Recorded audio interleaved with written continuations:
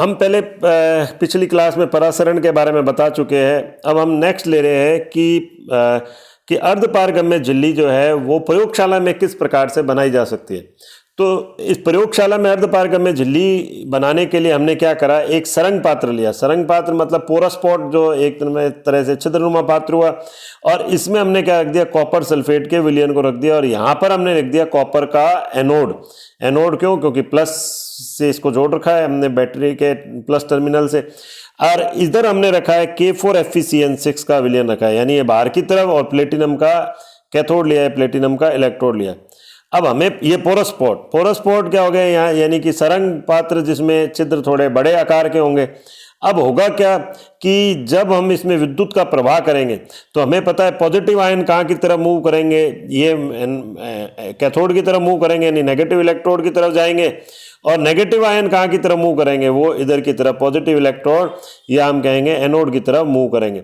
अब positive ion कौन से? पॉजिटिव आयन जो इधर की तरफ मूव करेंगे वो कौन से करेगा? वो करेगा, क्योंकि इसके अंदर कॉपर सल्फेट है तो Cu+2 जो होगा वो इधर मूव करेगा। और इधर कौन सा मूव करेगा? इधर की तरफ कौन सा करेगा? ये FeCN6 4-, यानी मैं इसको एक बार A लिख देता हूं, तो ये A इधर मूव करेगा। और ये जैसे ही ये इधर जाएंगे तो इनका जो संधि स्थल है, यानी ये छिद्रों में, ये आपस में क्या हो जाएंगे, कंबाइंड हो जाएंगे, यानी Cu+2 किसके साथ? A के साथ, यानी FeCN6 4- के साथ कंबाइंड हो गया, और इसने क्या बना दिया, कॉपर फेरोसाइनाइड का निर्माण कर दिया। और ये इन छिद्रों पर क्या होंगे, जो सरंग पात्र के छिद्र बड़े होते हैं, इन पर जाके वो क्या होंगे, जम जाएंगे, और ऐसी स्थिति में अर्धपारगम्य झिल्ली का निर्माण होगा। इस प्रकार से अर्धपारगम्य झिल्ली यानी कॉपर फेरोसाइनाइड कृत्रिम रूप से बनाई जा सकती है।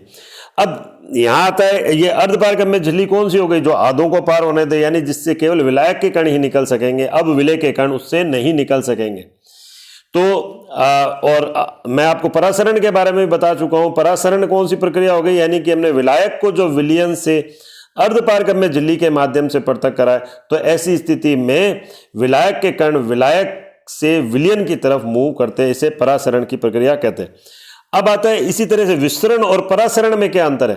तो हम कहते हैं कि अगर मान लो मैंने एक इस तरह से पात्र लिया, और पात्र में मैंने एक तरफ तो क्या कर रखा है, गैस भर रखी है, इस तरह से गैस भरी हुई है, और यहाँ गैस की हम देख रहे हैं हाई डेंसिटी है, और अगर हमने क्या कर दिया, ये जो बीच इनको और यहाँ हमने बिल्कुल खाली रखा है इसको, अगर मैंने बीच के सेपरेशन को, या जो बीच का जो इस तरह से पार्टीशन है, इसको मैंने हटा दिया, इसको हटा दिया, तो गैस कहाँ से होगी, उच्च घनत्व से निम्न घनत्व की ओर जाएगी, क्योंकि यहाँ तो गैस नहीं है।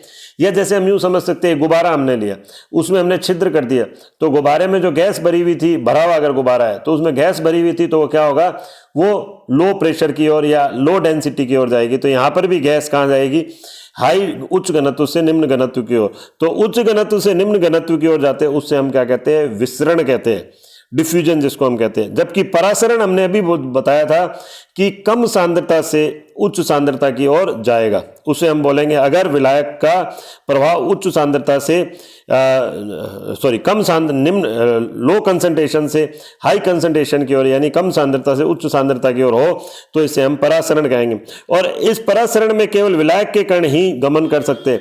जबकि यहाँ पर अगर मान लो मैं गैस का मिश्रण लेता और एक गैस अधिक मात्रा में लेता, मान लो A और B लेता, और मान लो मैंने ये अधिक मात्रा ले ली, ये इसका मात्रा जो है अधिक के में, ये B अधिक के में या A अधिक के में, तो ये एक तरह से गैसीय मिश्रण है, तो विलय और विलायक दोनों का ही गमन हो रहा है। ये नहीं है कि A का गमन होगा और B का नहीं होगा, या जबकि यहाँ केवल विलायक के कण ही क्या होते हैं, मूव करते हैं। तो ये भी मैं बता चुका हूँ आपको।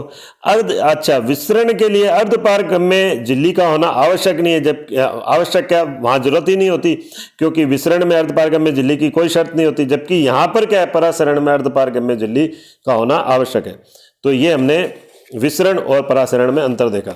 अब हम देखते हैं परासरण दाब किस प्रकार से होता है। परासरण दाब कैसे होता है कि जब हम क्या करते हैं, विलयन को विलायक से अर्धपारगम्य झिल्ली, अब ये कौन सी होगी, अब की बार आपने ले ली अर्धपारगम्य झिल्ली, ले ली अर्धपारगम्य झिल्ली ली।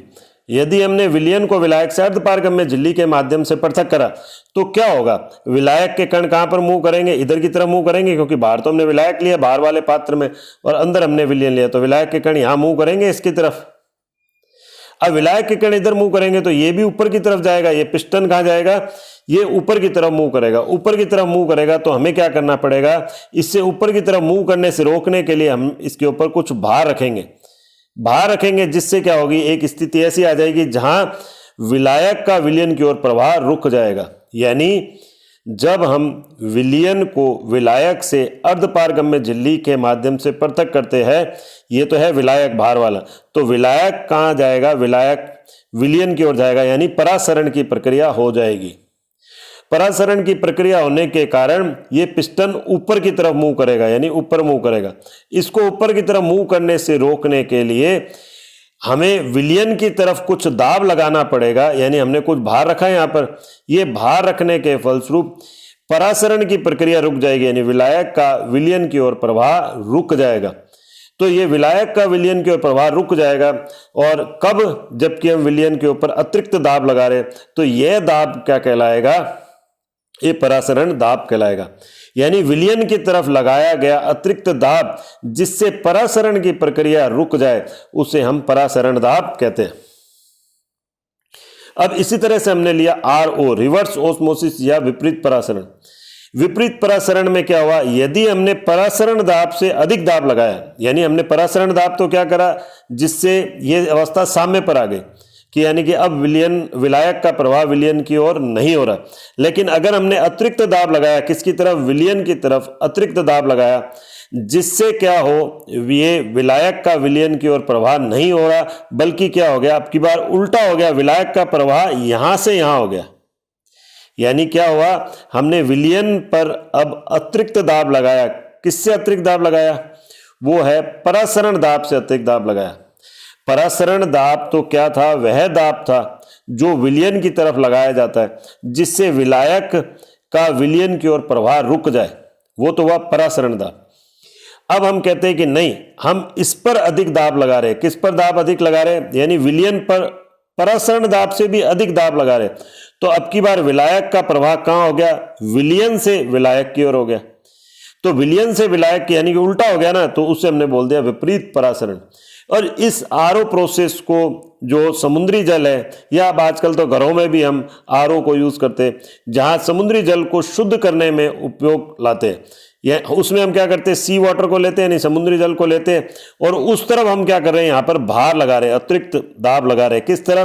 किस तरफ लगा रहे हैं, वो दाब लगा रहे हैं इसकी तरफ, विलयन की तरफ। विलयन की तरफ दाब लगाने पर क्या होगा, अधिक दाब लगाने पर, परासरण दाब से अधिक दाब, तो यहां से जो शुद्ध विलायक है वो किसकी तरफ आ जाएगा, शुद्ध जल की ओर आ जाएगा, या शुद्ध विलायक की ओर आ जाएगा। यानी यहां से जो जल होगा, शुद्ध जल, वो शुद्ध जल की ओर आएगा, और इस तरह से इसकी मात्रा बढ़ जाएगी और इसका उपयोग समुद्री जल को शुद्ध करने में, या आजकल तो घरों में भी हम जो अशुद्ध पानी है उसको शुद्ध करने में उपयोग में लेते हैं। अब परासरण दाब के नियम क्या है, परासरण दाब का एक नियम तो है बॉयल वांट ऑफ नियम। जैसे हम करते थे, P जो है वो इनवर्सली प्रोपोर्शनल 1/V होता था, वो होता था स्थिर ताप पर, तो उसे हम क्या बोलते थे, उसे हम बॉयल नियम बोलते थे। स्थिर ताप पर है, यानी दाब या आयतन जो है वो एक दूसरे के इनवर्सली प्रोपोर्शनल है। तो यहां पर हमने कह दिया परासरण दाब वो विलयन के आयतन के इनवर्सली प्रोपोर्शनल है, व्युत्क्रमानुपाती है स्थिर ताप पर, तो उससे बोल दिया हमने बॉयल वांट ऑफ नियम विलयन के। इसी तरह से यहां पर हम ये वांट ऑफ तो लिक्विड के लिए एक तरह से यूज कर लिया, और यहां बॉयल क्योंकि हमने अभी इसके लिए बोला ही था। चार्ल्स नियम जो हो गया, यानी कि यहां चार्ल्स वांट ऑफ नियम में क्या हो गया, परासरण दाब ताप के समानुपाती है, वो है स्थिर आयतन पर। इन दोनों को कंबाइन करा तो ये हमारे पास आ गया डायरेक्ट प्रोपोर्शनल T/V, और ये हमने हटाया। ये वहां हम लगाते थे, जैसे जब हम गैस के लिए यूज करते थे तो R गैस कांस्टेंट लगाते थे, यहां ये विलयन स्थिरांक होगा तो ST/V हो गया, तो πV बराबर ST। n मोल के लिए लेते हैं तो NST, जैसे हम PV बराबर कहते हैं nRT, आइडियल गैस इक्वेशन है, तो यहाँ πV बराबर nRT भी बोल सकते हैं या nST, और R इसलिए हम नहीं करते क्योंकि ये गैस स्थिरांक होता है, तो हमने विलयन स्थिरांक ले लिया। ये आदर्श विलयन समीकरण कहलाएगी, जैसे ये आदर्श गैस समीकरण होती है। अब आता है इसमें समपरासरी विलयन क्या होते हैं। समपरासरी यानी दो विलयन यदि अर्धपारगम्य झिल्ली से पृथक कर दे और परासरण की प्रक्रिया नहीं हो रही हो तो ऐसे विलयन क्या कहलाएंगे, समपरासरी यानी आइसोटोनिक विलयन कहलाएंगे। और ऐसी स्थिति में यदि उनके परासरण दाब भी समान हो तो उन्हें समपरासरण दाबी विलयन भी कहेंगे। यानी कि अगर आपने विलयन को पृथक करा है तो होता तो यह है कि परासरण की प्रक्रिया कब होती है कि जो कम सांद्र विलयन है उससे अधिक सांद्र विलयन की ओर विलायक का प्रवाह होता है, तो उसे हम बोलते हैं परासरण। लेकिन अगर परासरण हो ही नहीं रहा तो इसका मतलब दोनों विलयन क्या है, उनकी सांद्रता समान है।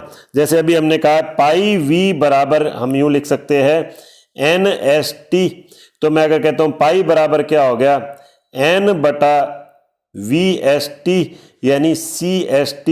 अब ये तो कांस्टेंट है और अगर स्थिर ताप पर मैं लेता हूं तो ये भी एक तरह से पाई जो हो गया वो डायरेक्टली प्रोपोर्शनल किस पर निर्भर होगा, वो डायरेक्टली प्रोपोर्शनल होगा C पर यानी सांद्रता पर। तो यानी दोनों की सांद्रता समान होगी तभी तो विलयन का एक विलायक का एक विलयन से दूसरे विलयन की ओर प्रवाह नहीं होगा, तो इसे बोलेंगे समपरासरी विलयन। ऐसी स्थिति में इनके ऑस्मोटिक प्रेशर भी बराबर होते हैं तो इन्हें समपरासरण दाबी भी कहेंगे। ऐसी स्थिति में इनकी सांद्रता भी बराबर होगी स्थिर ताप पर, ये मैंने अभी बताया ये आपको, ये रहा स्थिर ताप पर। तो ये अभी इस तरह से, तो ये C1 बराबर C2 भी होगा।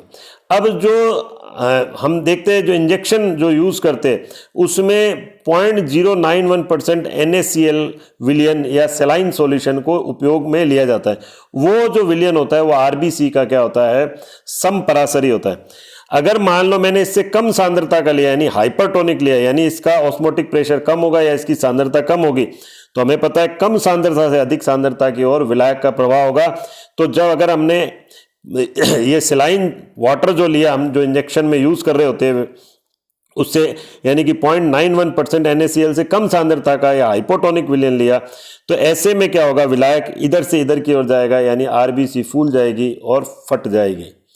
लेकिन अगर मान लो हमने लिया इससे अधिक सांद्रता का यानी हाइपरटोनिक विलयन लिया, तो यानी इसका ऑस्मोटिक प्रेशर इससे ज़्यादा हुआ तो इसकी सांद्रता भी इससे ज़्यादा हुई, तो अब की बार विलायक कहाँ से कहाँ जाएगा, विलायक इधर से इधर की तरफ जाएगा। तो ऐसे में क्या हो जाएगा, विलायक कहाँ से चला गया, RBC से इधर की तरफ चला गया, यानी विलायक जो है वो RBC से चला गया तो RBC क्या हो जाएगी, सिकुड़ जाएगी, जिससे यानी इससे जो RBC से द्रव है वो इधर से इधर की तरफ प्रवाहित हो गया तो RBC सिकुड़ जाएगी, जिससे जीव द्रव्य संकुचन कहा जाता है। तो इस प्रकार ये ऑस्मोटिक प्रेशर का एक अनुप्रयोग है। आज के लिए इतना ही, अगला टॉपिक नेक्स्ट वीडियो में। Thank you.